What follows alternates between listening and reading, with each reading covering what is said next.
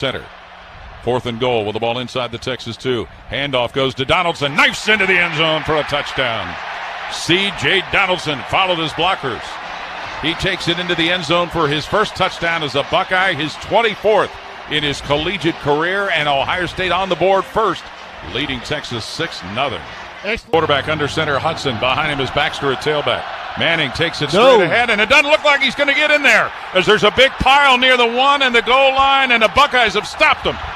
Arch Manning cannot get into the end zone, and Ohio State will take over on downs right at about their own 1-yard line. Manning pivots to throw from his own 36. Shoots that up the right side of the field. Intercepted by Ohio State, and stepping out of bounds, Jermaine Matthews with his second career interception. Takes a handoff, looks to throw. Sayin will pump that one deep down the right side, left sideline, Tate with it. Taken down in the end zone for a touchdown. Carnell Tate gathered it inside the 4, and a pass came down the left side. The yard line. Manning gets the snap, drops it his 40, and he's grabbed by C.J. Hicks, flails the pass that's caught by Andrews out on the left line, where he's tackled at the Ohio State 48 by safety Caleb Downs, shy of the conversion, and the Buckeyes will take over on downs. The Ohio State of Mind podcast, hosted by Josh Keatley and Chris Wright. All right, welcome to the Ohio State of Mind podcast. I'm your host, Josh Keatley. With me is typically my boy Chris. Chris is now back in America, enjoying some time with his family. So he's not going to be with me this week. He will be back on next week. I was going to leave the space. We usually do the two-face set, leave it open in his honor. But he made fun of me for doing that last time because his assumption was I was too stupid to work the technology. Okay, so middle fingers to Chris out there. But we're going to recap the Ohio State Grambling game, and we're going to go over and preview the upcoming Big Ten games for this week. Obviously, probably going to provide brief recaps for the games the Big Ten last week as well. So first things first, Ohio State beat the brakes off of Grambling 70-0. Chris and I talked about this game last week in our predictions. I think the spread was huge. The spread was like 50 points. Neither one of us wanted to touch that number, and for good reason. 9 times out of 10, Ohio State's not going to hit that number. Ryan Day usually does a good job of getting his foot off the gas pedal and not trying to embarrass these teams. I don't think he was doing that on purpose this time either. I think that it was just the talent of the depth that was there just couldn't be stopped. I mean, we saw Bo Jackson, who's the third running back, rush for over 100 yards. We saw Zion Grady, the new 5-star freshman defensive end, get a sack, right? They're still trying to figure out that rotation on defense. They're still trying to figure some things out on offense, trying to build that. I think that there was some frustration as well with how limited the offense looked against Texas, and they obviously let out some of that frustration with some of the big plays and let Julian Sayin kind of do what he needed to do to build some confidence for this upcoming game against Ohio. Overall,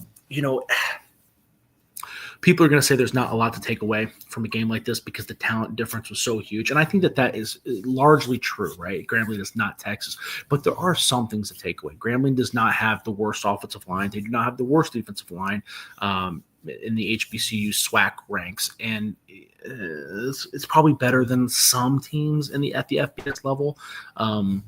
Other than that, there's not a lot to take away. I think the quarterback was a transfer from Texas Southern who couldn't see the field there. Grambling was not very good last year. I don't expect him to be very good this year either. But again, there is some stuff to take away. I thought the offensive line looked better than anticipated, right? I think that, they did look dominant. There were some holes there. I think C.J. Donaldson averaged 9 yards. I'm trying to pull it up now. He averaged 9 yards a pop. James Peoples averaged 7 yards a pop. Obviously, Bo Jackson averaged 12 yards a pop. It's not like those guys were breaking nonstop tackles. They did a great job. But I think that there were some gaping holes. The defensive line, it didn't matter who they put on the defensive line. They were pretty much dominating. Caden Curry, Zion Grady, we talked about Caden McDonald. All those guys had great games. All those guys showed out in a way, which was we like to see, right? Because that's the big concern is what's going to happen with this defensive line. What's the rotation going to look like? What's everything going to look like? Logan George, we're hoping he's back against Ohio, so that'll be another piece to add to this puzzle. But overall, they look good. There's nothing to complain about, right? As much as people want to bash this game, which is fair, I don't want to keep ramble on about the scheduling. Obviously, these games happen for a financial reason. I don't have an issue with it. I do have an issue with Ohio State scheduling a team like Grambling. It feels like I would rather it be more local, like Youngstown, right? If someone's going to get the breaks beat off of them and get to play in the shoe. You kind of want to be local kids, I guess. I don't know, but that's who knows, right? And that doesn't really play an effect in what we saw with our eyes, what's going to predict. I mean, overall, I think Ohio State has played very impressively, right? They showed that the offense, even if the competition is scrambling, Julian Sain still made the throws, right? He still had the footwork. He still had the composure. He still, was very accurate. It doesn't matter who your competition is as far as who you're throwing the ball against, right? Were you on target? Were you hitting guys in stride? And I think he did all that stuff. And I think that's something to take away. I talked to an NFL scout a long time ago about Trevor Lawrence, and he was telling me that one of the best throws that Trevor Lawrence ever made in his college career was against the Citadel. I believe he threw to a receiver that was basically triple teamed in the end zone, and the pass was perfect. And that was kind of what opened my eyes. Like, oh, okay, well, so the competition really doesn't matter for some stuff, right? Like we talk about Zion Grady. I keep talking about Zion Grady. It was a guy that's my bias coming out because I'm pretty stoked for him. I think there's big things on the way for him, but you can't mask that first step. That first step is going to be explosive no matter who he's playing against, right? Maybe a little bit with the running backs, right? You're breaking tackles against guys from Grambling compared to guys like Texas. That's probably easier to mask. Oh my God. What the fuck are you doing on here? We're live. We're going. You want me to just keep talking even though you're in here? All right. Okay. Well, I'll just keep talking while you fiddle faddle around. Okay. So, yeah, that's really it. It was 70-0. There's not much else to say about that. I think Florida State beat East Texas Commerce like 77-0, right? That's a little bit more embarrassing than Grambling because East Texas has been a Division I team for like 2 years. So before that, they were playing guys that were worse than me, short white me. So that I think that's a little bit more embarrassing. Grambling at least has a pretty historic history as far as football goes, right? Doug Williams, all that good stuff. But all right, unless Chris has something to add, we can certainly move on to the Week 3 Big Ten games. Yep. Okay, we're just gonna keep moving on. So let's go here. So Friday night, Indiana State takes on Indiana, and what Colby Dant of the College Football Experience podcast has labeled the Larry Bird Bowl, which I was unaware Larry Bird actually went to Indiana first and told Bobby Knight to fuck off, and that's how he ended Indiana State. So that's a fun fact. That's good. I didn't know that either. Did you not know that for real? I just thought he was an Indiana State guy. He went to the hick from French Lick. No, he went to Indiana. He went to Indiana for like a semester. Told Bobby Knight to fuck off. Went back home, and then went to Indiana State. Fun fact. Imagine what Larry Bird would have been under Bobby Knight. Could have been something different, bro. So I see that you're 8 minutes in. I apologize for my tardiness. I apologize for lack of graphics to the folks watching. It's my first week back in the States, and nothing has slowed down for me. But I do have some time off these next couple weeks, and we're gonna have a quality program for you, kicking off some of this Big Ten conference schedule. But Josh, go ahead and take it away with these Big Ten picks, my friend. The person that I feel the most bad for is Donovan, because Donovan knows that he's like my number one dude to call when you bail. And I bail. Love that. I've been so busy myself that like it's 10:30. I jumped on here at like 10:30, 10:42, like. And I was going to go to bed, and I was like, "Oh man, I got to pump something out," because I did the work. I watched every Big Ten game last week. I'm like, I got to put something out there, dude. And speaking of pumping though, look at you in that little fucking. You like little, that? You like get out of here. Hot stuff coming through. You remember that episode? Yeah, I do. I do. It's before something shitty. Hot stuff coming through. I've got, here on the West Coast, I don't get an Ohio State and Ohio matchup until 4:00 in the evening. So I can sit down and have like my old senior dinner. I usually like to have my dinner about 4 or 5 o'clock. Okay. But, okay. With that, what's the first Big Ten game we got this week? So Indiana State plays Indiana. I don't have all the Okay. spreads pulled up. I thought that CBS did I that. would assume there's not a spread for this game, my friend. There actually is, but it's Shut like up. here. Let's pull it up. Was this like some Dubai website that you're pulling this shit off of for Indiana? So DraftKings does release the FC. Typically they release the FCS spreads, like the day before the games the FCS spreads the day before the game if they're playing an FBS opponent. So the spread is 48.5. Okay. I wouldn't touch that. That's insanity, right? That's a lot of points. But with that said, if one person is going to do it, it's going to be fucking Signetti, bro. Yes, if someone is going to sit there and wag their finger and rub their nose at it, it's going to be Signetti. No also one loves, with a let's be honest, a surprising and almost lackluster performance in week 1, and one of those touchdowns was a special teamer as well. Yes, but with that said, Indiana, I watched that game. Who they play? They played Kennesaw State last week, which I know Kennesaw State isn't good, right? I understand that, but Kennesaw State only lost to Wake Forest, who's hanging with North Carolina State by one goddamn point. Okay, and Kennesaw State is for sure better than Indiana State. All right, I would agree. Fun fact about Kennesaw State: 2 weeks in a row scoring 9 points. Yeah, they suck. Yeah. They suck, but Indiana did whoop that ass, right? There was no like with Penn State. I watched the Penn State. We'll get to that. If anybody's going to beat the spread, Signetti. I love Signetti. No one loves Signetti more than me, but I'm not betting on this because the spread is just too damn huge. But he isn't. He is just a complete asshole. He's just a complete.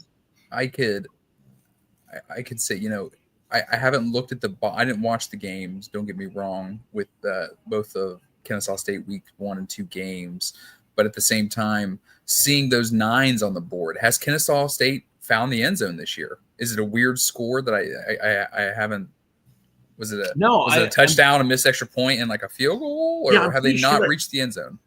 What did they do against Indiana? I'm pretty sure they scored a touchdown against Indiana. Okay, let's look. I don't know if it was a 3 field goal. Was it a touchdown? They missed the extra point, kick another field goal, make it a 9. What are we talking about here? I'm pretty sure they scored a touchdown. No, you're right. Yeah, it was just 2 field goals. How is that possible?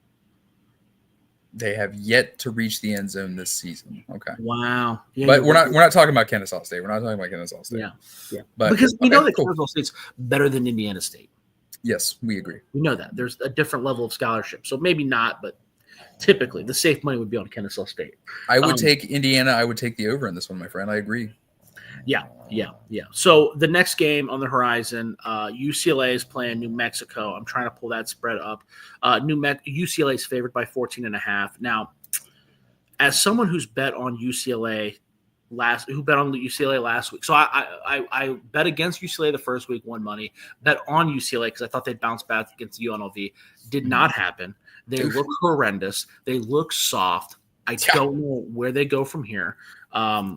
I'm ready to get my heart broken again, bro. I think that New Mexico is coach. I can't remember the guy's name. Entz, is that the new coach? They got a new coach this year. I think you're in the ballpark. Yeah, he's very competitive. He comes over from I think Idaho State or Idaho, and he brought over basically the entire 2 deep at New Mexico's like former FCS, like All-Americans and shit.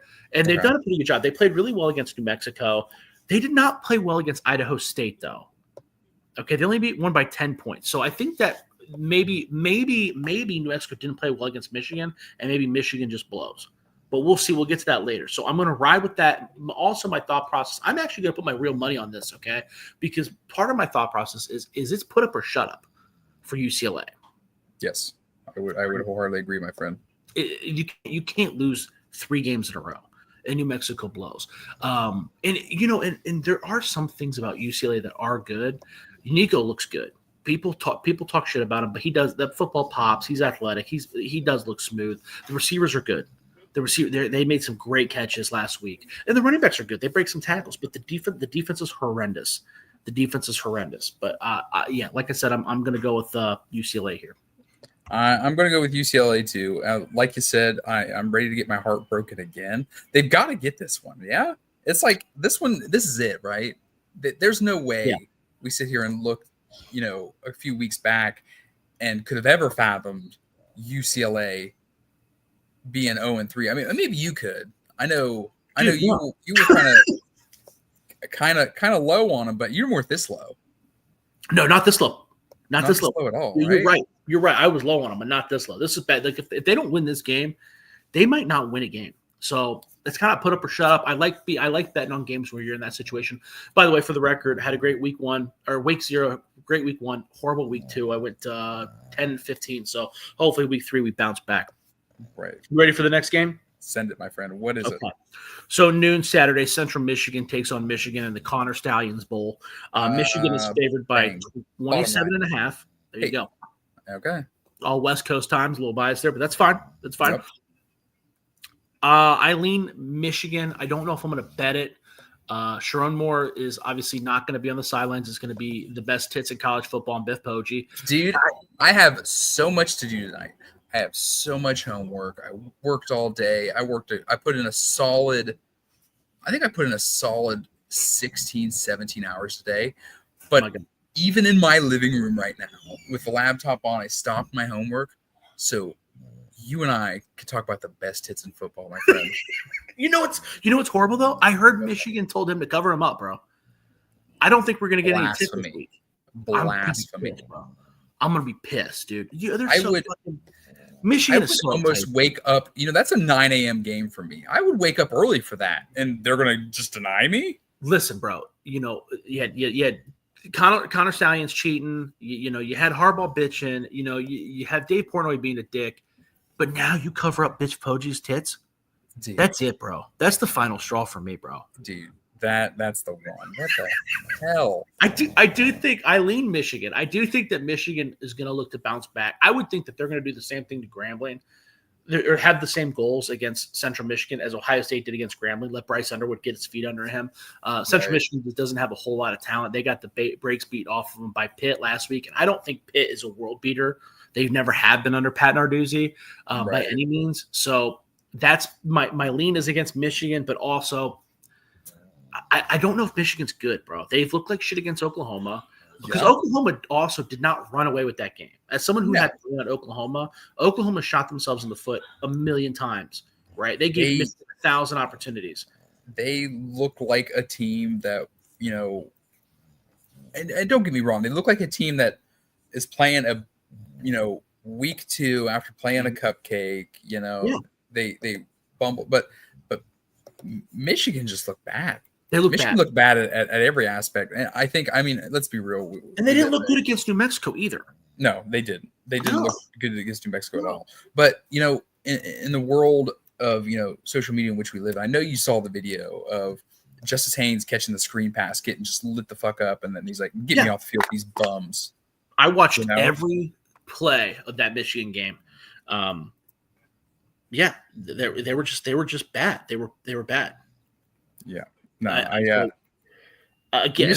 Michigan figures it out this week without question. I mean, obviously, directional Michigan football team, but it's not.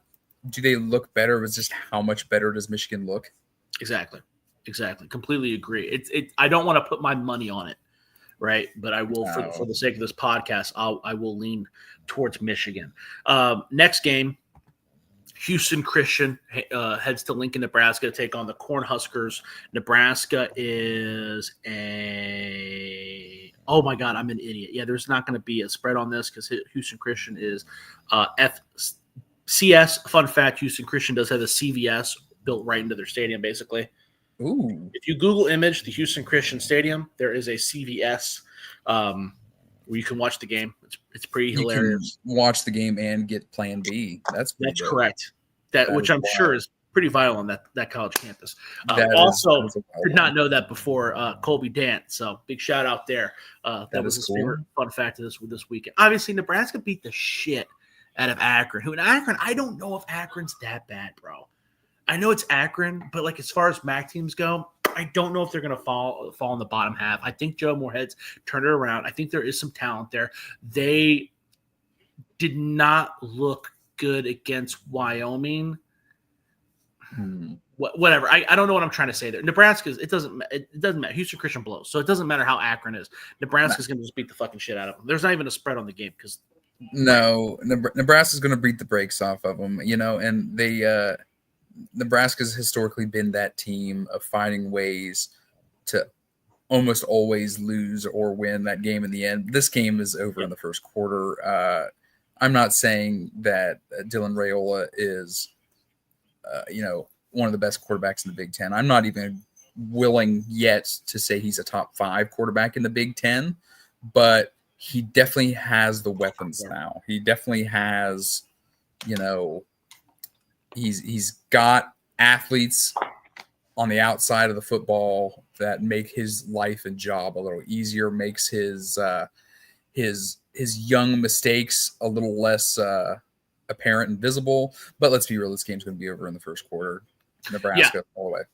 Yeah, I completely agree with you too. And Nebraska is one of those teams. If we're doing stock up, stock down, I think the stock kind of stays neutral, right? We don't know what Cincinnati is yet, so it's hard to judge that game, right? Cincinnati might be good. They might. They could be. I don't know.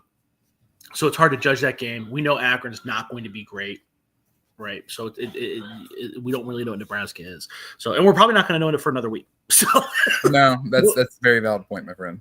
So moving on, Oregon travels to Evanston, Illinois to take on the Northwestern Wildcats, who are dogs by 27.5. So Oregon is obviously a 27.5-point favorite against Northwestern. Oregon is coming off of a humiliating win over Mike Gundy. No one is a bigger dick than Dan Lanning. I think Dan Lanning is a great football coach. Yeah. This time last year, I wanted him over Ryan Day. The guy's a fucking chode. Mike Gundy is an absolute legend. Okay. And you pour it on him like that. I mean, Mike Gundy is the Woody Hayes of Oklahoma State football. You not so much that you pour it on him like that. You pour it on him like that to where all the internet's like, has the game passed Mike Gundy? And that's a conversation for another day. But like the problem with Oklahoma State too is like when Boone Pickett, like they're done. They don't have a Phil Knight.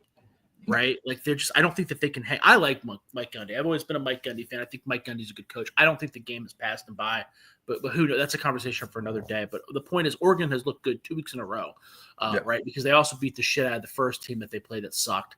And Oklahoma State, they are a Big 12 team, so credit where credit's due. Northwestern also looked good last week. They played Western Illinois, but they looked like shit against Tulane when they got their brakes beaten off. I do think that they found their rhythm a little bit more, but I don't think that helps them here. I don't know if I'm putting my own money on it, but I'm definitely leaning Oregon here. I mean, if I was putting money on it, I'd put money on it. I mean, let's be real. Give them credit where credit's due. Like you said, yes, they're a Big 12 team. They're not a good team, though. No. Oregon has not played 2 good teams in these first 2 weeks. Their offense looks more explosive than it did last year. But mind you, the competition is not there. No. You're going to see continuous this week if you're digging deep enough that Oregon might in fact have the best freshman wide receiver in the country, and he looks like it. But I knew he looks like it, against substandard competition. But that offense is clicking. They're coming into these games with the right attitude that these teams are beneath us, and they put them away, and they put them away quick. And Oregon, I can see them covering 28. Yeah. I agree. That's where I go as well. Next game, Towson plays Maryland. This is a little bit of a local flavor. Towson beat the shit out of Morgan. I don't know if they beat the shit out of them. Towson, obviously, they're not in the FBS. They're not in the FCS. They're in the FBS. Jeez, I got that mixed up. They're not in the FBS. They're in the FCS. They played Morgan State last week. I don't know, man. I don't know where I'm at. If they're good, they're bad. I have no idea. I know they beat Mike Vick's Norfolk State team, but Norfolk State blows. So they're terrible. They're bad. Maryland also has not looked impressive. I think that quarterback is a dude. If they can hang on to that quarterback for 4 years, Maryland, and they get rid of Mike Loxley, Maryland can do something special. Malik Washington so far is the best freshman quarterback maybe in the country. I agree. The only other guy that might beat him out is who we'll be talking about later. But Maryland just doesn't look good. We kind of talked about them playing Northern Illinois last week, and they struggled mightily. I watched that game, every snap of it, and they just couldn't finish him off. That's not going to affect them here. Towson's not good enough to hang like Northern Illinois is, right? Northern Illinois, we talked about them getting the mystery games. Last year was Notre Dame. So I'm not too worried about it here, but it is something of note where Maryland has not looked impressive. So maybe that's a game you could take a peek at. Yeah, no, I would wholeheartedly agree with that as well. Like you said, hey, he's a very talented freshman. That's the problem with being a mid to low tier Big Ten team. If, as you said, if they could keep him for 4 years, it wouldn't be impressive. It would be a miracle. That young man will get scooped up by somebody and find grass on a much greener side. But I give this one to Maryland. They'll wear this team down enough and start to pull away here in the fourth quarter. But yeah, Maryland, no question. Yeah. Next game, Wisconsin travels down to Tuscaloosa to take on the Alabama Crimson Tide, who are favored by 21 points. Wisconsin, they beat Middle Tennessee, and they looked good doing it with their backup quarterback, Danny O'Brien. At the time I'm watching the game, I'm bitching to people like, man, they're not finishing him off. They're not finishing him off. They're not finishing him off. It's come to my attention that maybe I was being overzealous and biased because I had money on the game, because most people were like, dude, they were never in danger of losing that game. They dominated, which is probably true. I had money on the game, so it was annoying that it took them so long to beat the Giants. But it was a big-ass spread, too. But they did eventually put them away. They did eventually win me some money. Alabama beat the shit out of Louisiana Monroe 73-0, bouncing back from Florida State. Florida State might actually be good this year. I don't know if I'm going to put money on this game, but I definitely lean towards Alabama beating the shit out of Maryland, beating the shit out of Wisconsin, especially now that we know that Danny O'Brien is going to be playing again because Billy Edwards is hurt. Yes, Billy Edwards is hurt again. It's like a broken record here. Also, I think I haven't seen any confirmation yet if Alabama gets their highly touted sophomore wide receiver Ryan Williams back or not. I think he would. I mean, sitting out the week before, but I don't think that changes much of anything, to be honest with you. I can see Alabama walking the dog similar to last year as well. Yeah. Agreed. We got another shit game coming up. Villanova plays Penn State. I do like this local flavor here. I think Illinois struggled with another shitty FCS team in Colgate last week. Penn State did not look good. Penn State is one that I have kind of asterisks, like, man, I'm really going to monitor this because they didn't look good the first week against Nevada, and they didn't look good against FIU. The box scores are telling a different story than actually watching the game. Yes. FIU moved the ball pretty fucking well. I know everybody saw that highlight of that wide receiver getting laid out. That was on a 15-yard gain. Like, you know what I mean? And they weren't like not doing that. And I don't know, dude. There's just something off about Penn State where it's like, dude, are they? And you're talking to someone who had Penn State, who penciled in Penn State in the Big Ten championship. There's something off about them, but we're not going to find out this week because Villanova is obviously shit. So, no, you're not going to figure it out. It's like it's one of those things where when a team looks so impressive on paper, it just can't. It's too good to be true. But it also could be a thing where they haven't, seen, or will they see any, big competition until they come into Columbus, and that's, as a coaching staff, I'm already sitting there wondering, hey guys, I know that we've been, coasting in first gear this entire time. I just expect you to turn it on all of a sudden.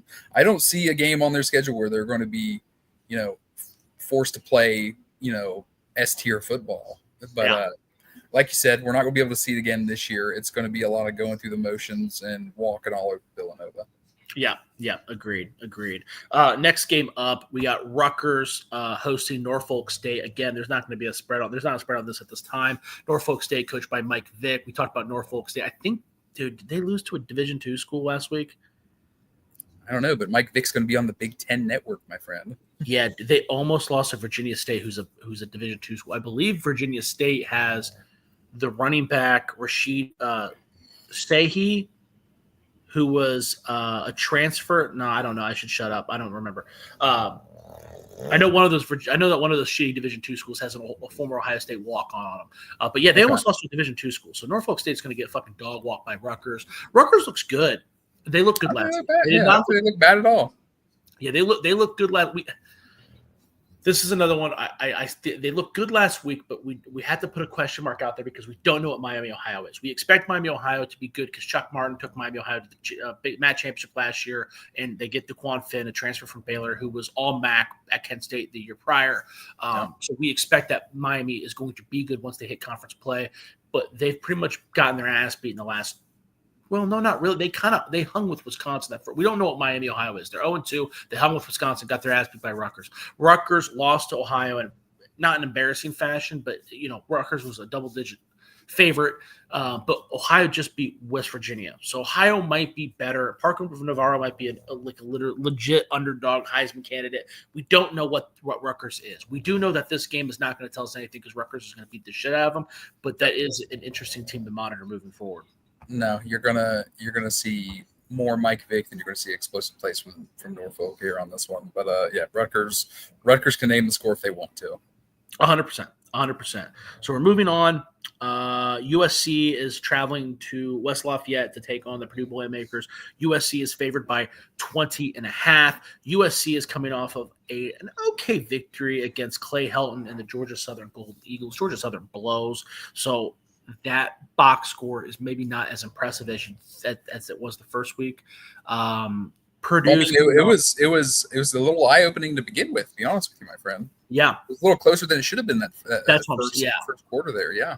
I completely agree. 100% agree. So we don't really know what that means. Missouri State, who they pounded the shit out of the first week, beat Marshall as a double-digit underdog. So we don't know what Missouri State is. We think they're going to be bad. It's up in the air what USC is. We don't know anything about USC. We are going to find out something about one of these teams, though. Purdue looked pretty good last week. They played Southern Illinois. They beat the shit out of them 34-17. They kind of let off the gas. I know that score is not super impressive. Like, I mean, as you point out with USC, going into the second quarter, they were tied.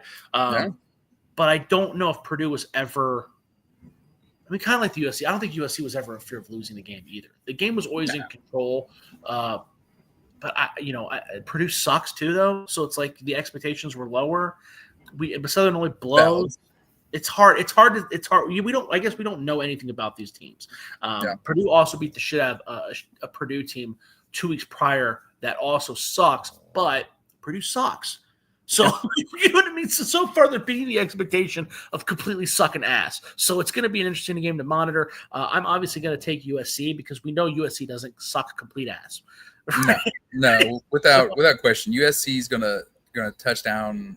They're going to try to get business handled, get their second stringers in there, and get back on that fucking plane. Yeah, exactly. Next game, no spread. Youngstown State travels to East Lansing to take on the Michigan State Spartans.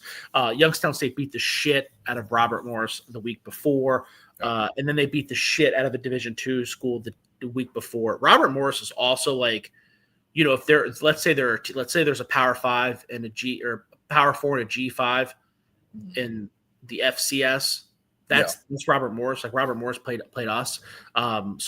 We don't really know a whole lot about them. Michigan State just came off of a very impressive close win against Bowling Green. I don't know if impressive is the right word, but I mean they got the dub in overtime. And then they also did not look extremely impressive, but also got the dub against Western Michigan. We don't know a lot about Michigan State because we don't know. We think Western Michigan might be better than we think. And Boston College might be better than we think. And we think that Michigan State blows. But they did get I don't know, I still think Michigan State sucks. I still think Michigan I still think Michigan State sucks. I think they've got, more developed weapons on the outside. Obviously they're going to take that leap forward coming from the previous outcome of last year, no question. They didn't look impressive. But then again, I'm going to be real. I think, Boston College could be a little bit better than we expected, especially with their star quarterback leaving the program and heading over to Florida State.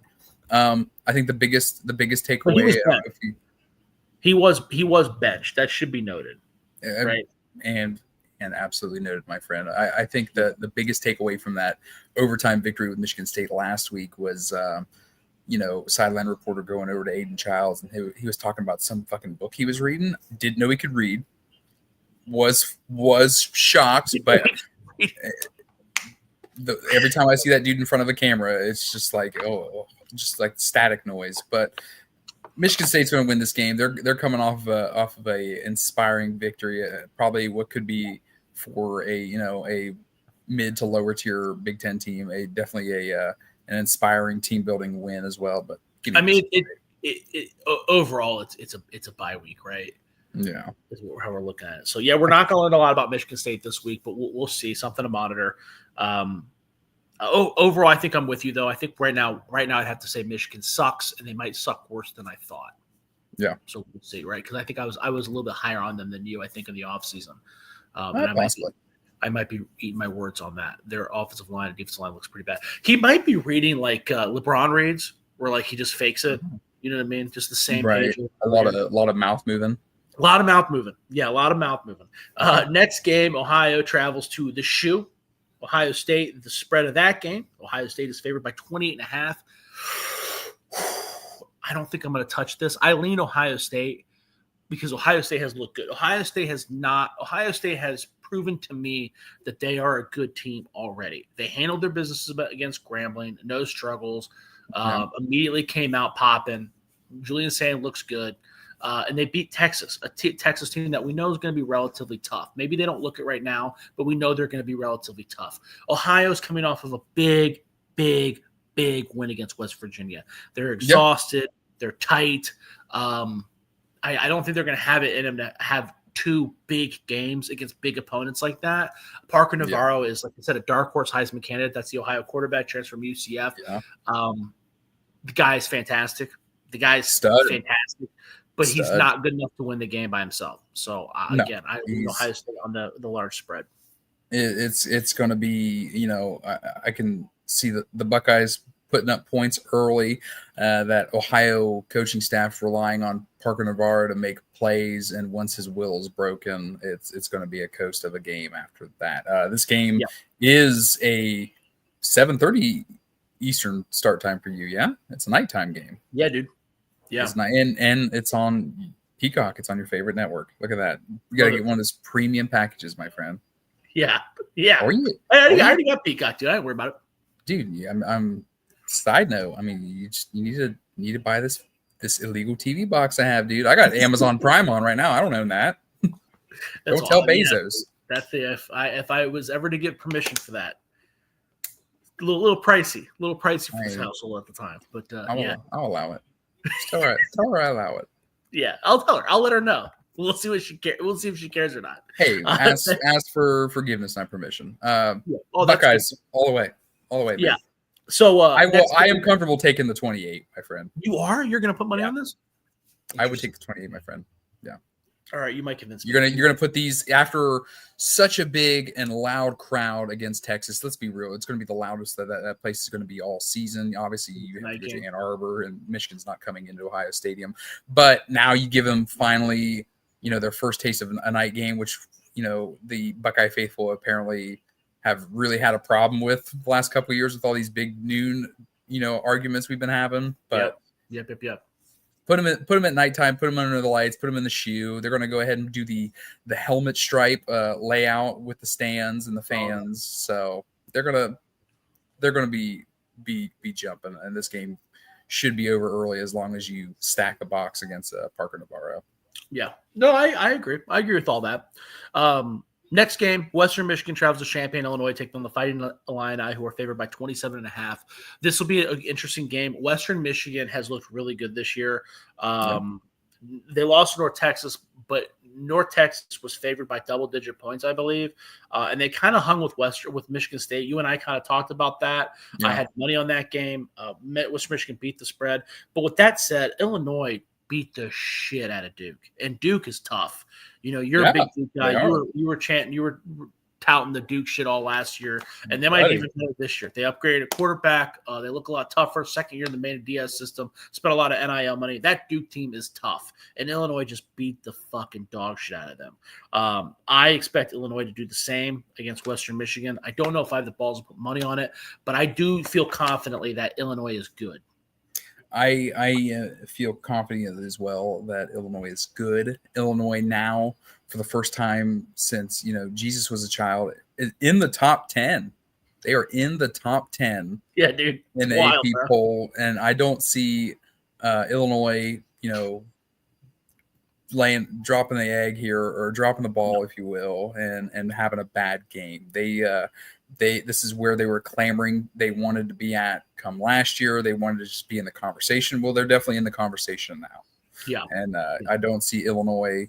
They're just building and fine tuning until Ohio State has to come to Champaign. Honestly, Illinois, out of all the Big Ten teams, they're the ones that have looked the best, in my opinion. I can see that. I know Ohio State's beat Texas, but right now Texas blows. Right, we think Texas is going to be good, but we have no evidence of that.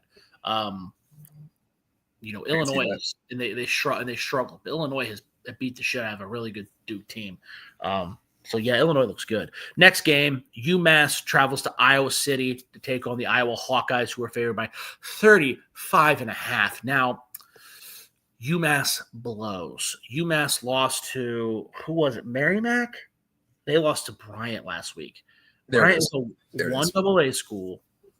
Not good. No. And the week before, I won some cash taking Temple, who won their first away game in like 20 years or some shit, like some crazy stat. They won their first away game with a brand new head coach and Keeler. 40. Not only was Temple the underdog, but Temple beat UMass 42-10. UMass is horrible. They're bad. And Iowa's not bad. Iowa hung with an Iowa State team that we know is good. We know Iowa State is good. But 35 points, my friend. Iowa. I lean Iowa. I don't know if I'm gonna put my own money on it, but I do lean Iowa. Okay. I let's be real. Iowa will absolutely dog walk UMass, but again, when it comes to Iowa and scoring points, that's where those kind of comes in. But I can see Iowa scoring 35 points on UMass. Sure. Yeah, man, they might score 35 points on defense. I'm thinking they might be able to get 2 punt returns for a touchdown, a kick return for a touchdown, and 2 interceptions. Okay. But we'll see. I can jive with that. I'll tell you what. I will text you all the Big Ten games I actually put money on once when I really sit down and think about it. Next and final game in the Big Ten slate, Minnesota takes on Cal at Cal. Minnesota is favored by 2.5 points. So we don't know much about Minnesota. They beat the shit out of a Northwestern State team that is pretty horrible. I think they lost like a Division II school too. They're pretty bad. I don't really know why they were playing each other either. Northwestern State's also out of Louisiana. I don't know why those Louisiana teams are coming north. Weird. And then the week before, they kind of struggled with a Buffalo team that should be good. Buffalo, we're gonna find out if Buffalo's good or not this week. But we don't know if Buffalo's good. We think they are, but we're not sure. So I don't really know much about Minnesota at this point. Cal, I'm pretty sure Cal is better than we think. A lot of people made fun of Devin Brown for not being the starter, but this is probably one of the better freshmen in all. This is probably the best freshman in all college football. His name is long, and I'm not going to say it, and I don't care. Go ahead and try. Sagapalootaloo. Okay. Sagapalootaloo. There's an effort. But they beat Texas Southern 35-3. Texas Southern blows, but they're better than Grambling, so it is what it is. And then they beat Oregon State at Oregon State 34-15. Now, Oregon State, Corvallis is a shell of its former self, unfortunately. Sad. I mean, when we were growing up, you didn't want to play in Corvallis. Now it's like 3 people in the stands. Hello. But, that still counts for a freshman quarterback. So now, I with that said, I still think Minnesota is the Big Ten team. There's a lot of power on that defense. The running back is great. Cal's this is going to be the best team Cal has seen at this point. And the same can be said for Minnesota. I don't have a lot of confidence in this pick, but I do lean Minnesota. I lean Minnesota because I'll be honest with you, regardless of the talent in which they've played, Minnesota has looked better than Minnesota of the past at week 3. They looked better than Minnesota of past as of week 3.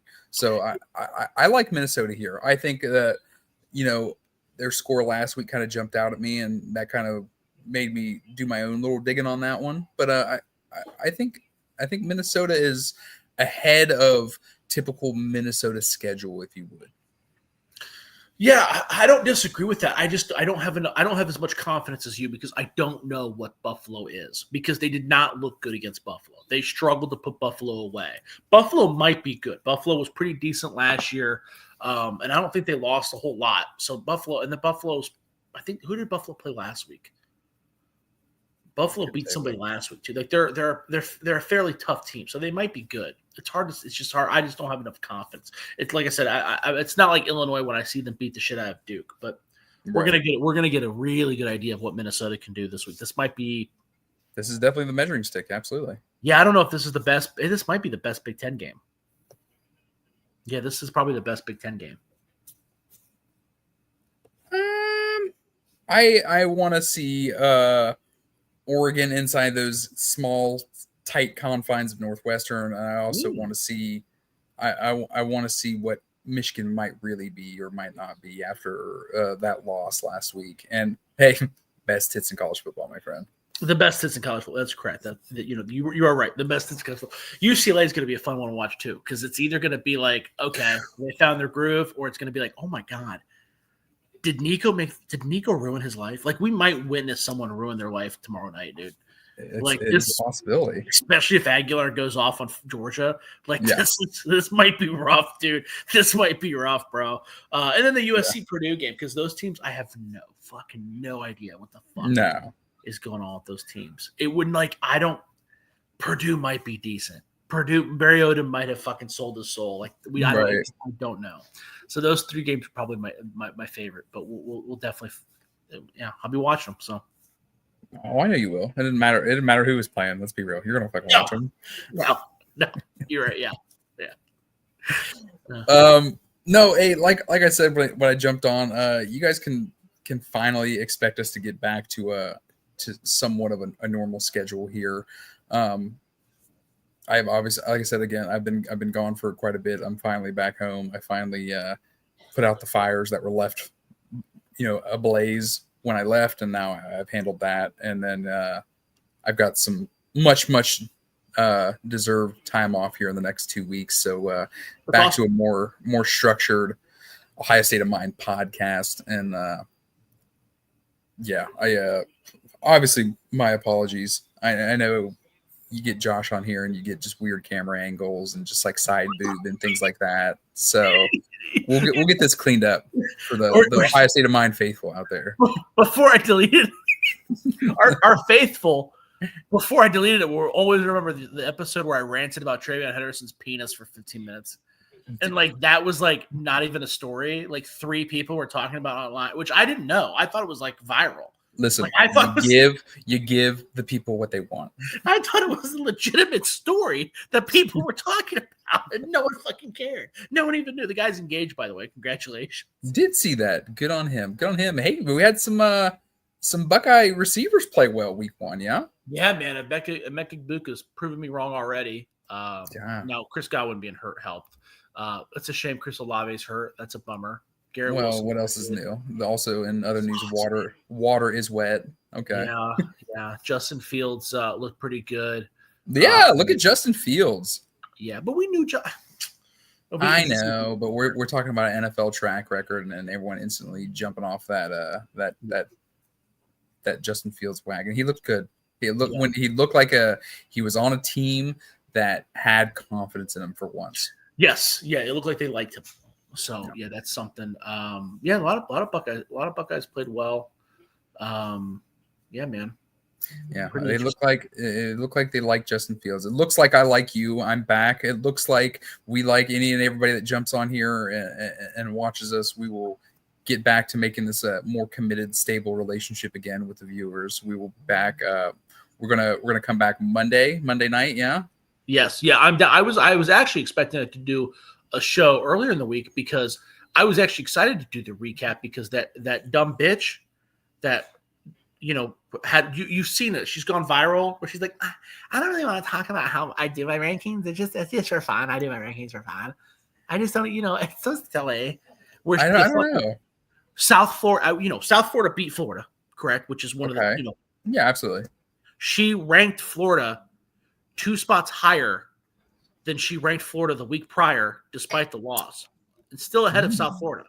And they were like, why did you do that? And she was just like, I wake up every morning and I just do my rankings and I just, it's just for fun. I don't even think it's Thursday. She puts on her blue tank top and plays Tom Petty, huh? Okay. Of course, she's a beat writer for USC.